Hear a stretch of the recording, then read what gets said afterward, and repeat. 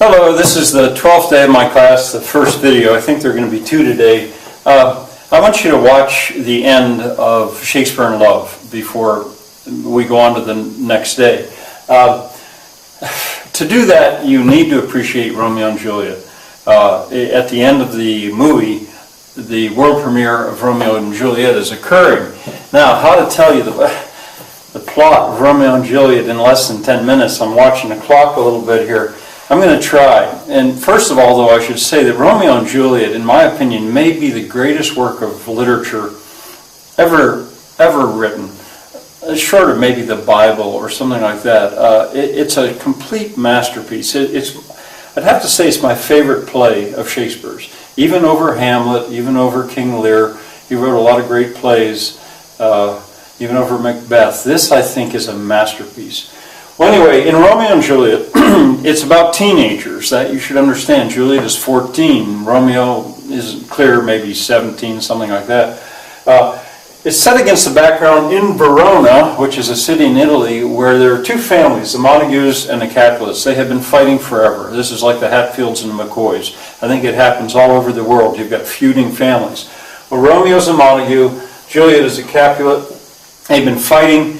The play opens with a bunch of bawdy jokes, which ends up breaking into a brawl, and the prince then arrives and shouts, "Rebellious subjects, throw your mistempered weapons to the ground." And on he goes, and he tells them that it's going to be the death sentence to any more fighting in the streets of Verona.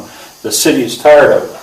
Well, against that background now, Romeo, I don't have the time to tell you this whole story, but Romeo and his friend Benvolio and Mercutio, more importantly Mercutio, they crash a party that they find out about that's going to happen at the Capulets. It's crazy. They could get killed. They're going into the enemy's territory, but they're teenagers.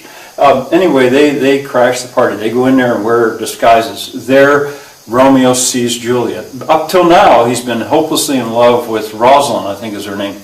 But he completely forgets her. Oh, the speeches in his sheet hangs upon the cheek of night like a rich jewel in an Ethiop's ear. Oh, she doth teach the torches to burn bright.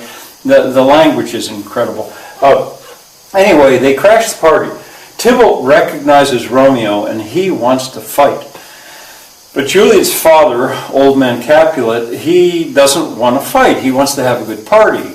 So he says, hey, if they behave themselves, let them go. But Tybalt is mad.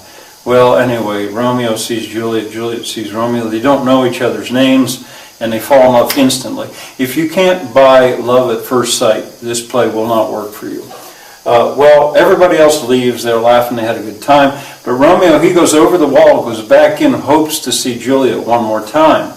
There, this is the balcony scene. He sees her come out on the balcony, but soft, what light through yonder window breaks. He sees Juliet, an incredible scene.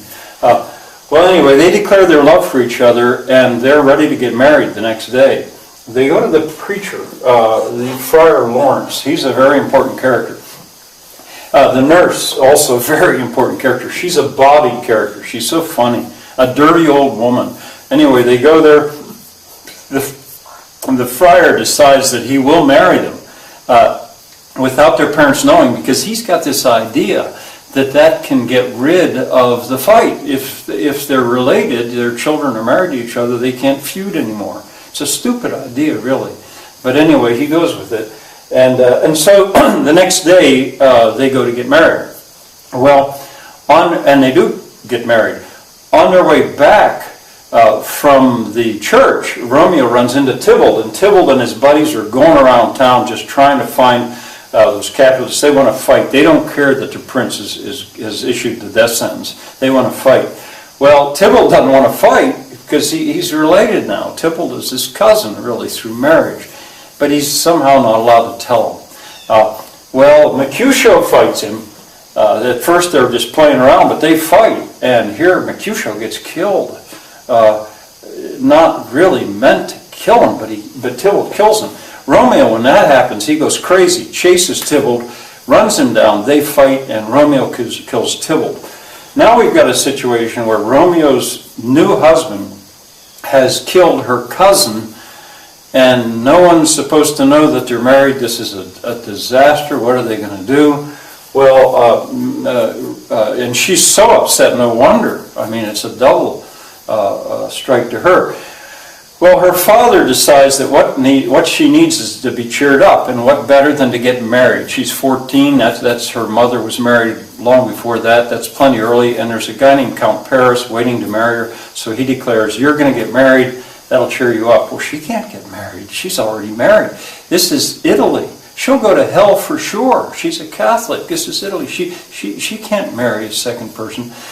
She rushes to the friar to get advice. The friar gives her a drug and says, you go home, give me time. You go home, and when you go to bed, you drink this. She's supposed to get married the next day. You drink this, and you'll go into a sleep, and you'll wake up some 40 hours later just from a sound sleep. And they're going to think you're dead. When you drink this, they're going to think you're dead. And they're going to end up taking you to the tomb. And I'll go get Romeo, and see, Romeo has been banished. He's got to run away. I guess I'm going too fast, maybe. Romeo and Juliet do get to spend one night together, and that also is an incredible scene. In the morning they argue over what bird do they hear. If it's the nightingale, it's still night. If it's the lark, it's day. Romeo knows it's the lark, but he's willing to say, okay, it's the nightingale, because he doesn't want to leave her.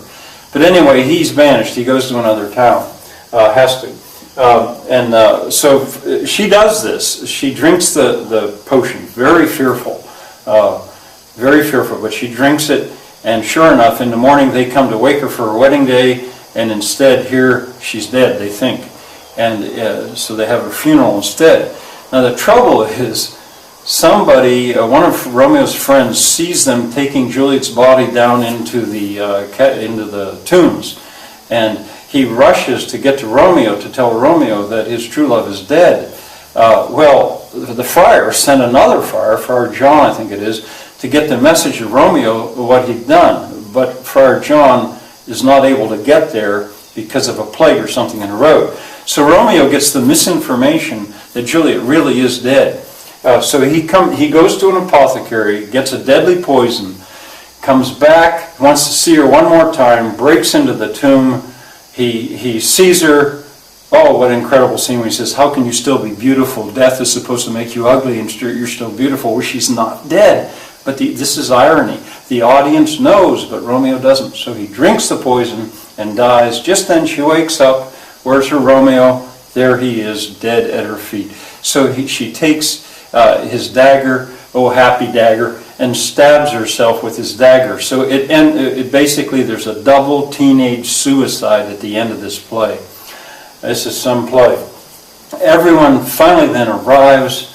The friar confesses to what he did, and the prince announces that some are going to be forgiven and some punished for this, and so on it goes. I don't know, that was too fast, and I probably left something really important out, but it may pay. Anyway, 9th graders usually study Romeo and Juliet, not 8th graders. But you needed to have this plot to appreciate the movie. Finally, one other thing. At the beginning, there's the structure of a sonnet. 2 households, both alike in dignity, in fair Verona, where we lay our scene, and on it goes. But it tells you in advance what's going to happen. And these 2 lovers, whose piteous overthrows doth with their deaths bury their parents' strife. I like to point out that overthrows is plural. This should be do with their death. It puzzled me for the longest time. But doth and death is just too musical. And I think Shakespeare went with that anyway, just for the sheer music of it. That was very fast. I'm sorry for that. But in any case, I got it in less than 10 minutes. And I have one other video before you see it that'll be coming today.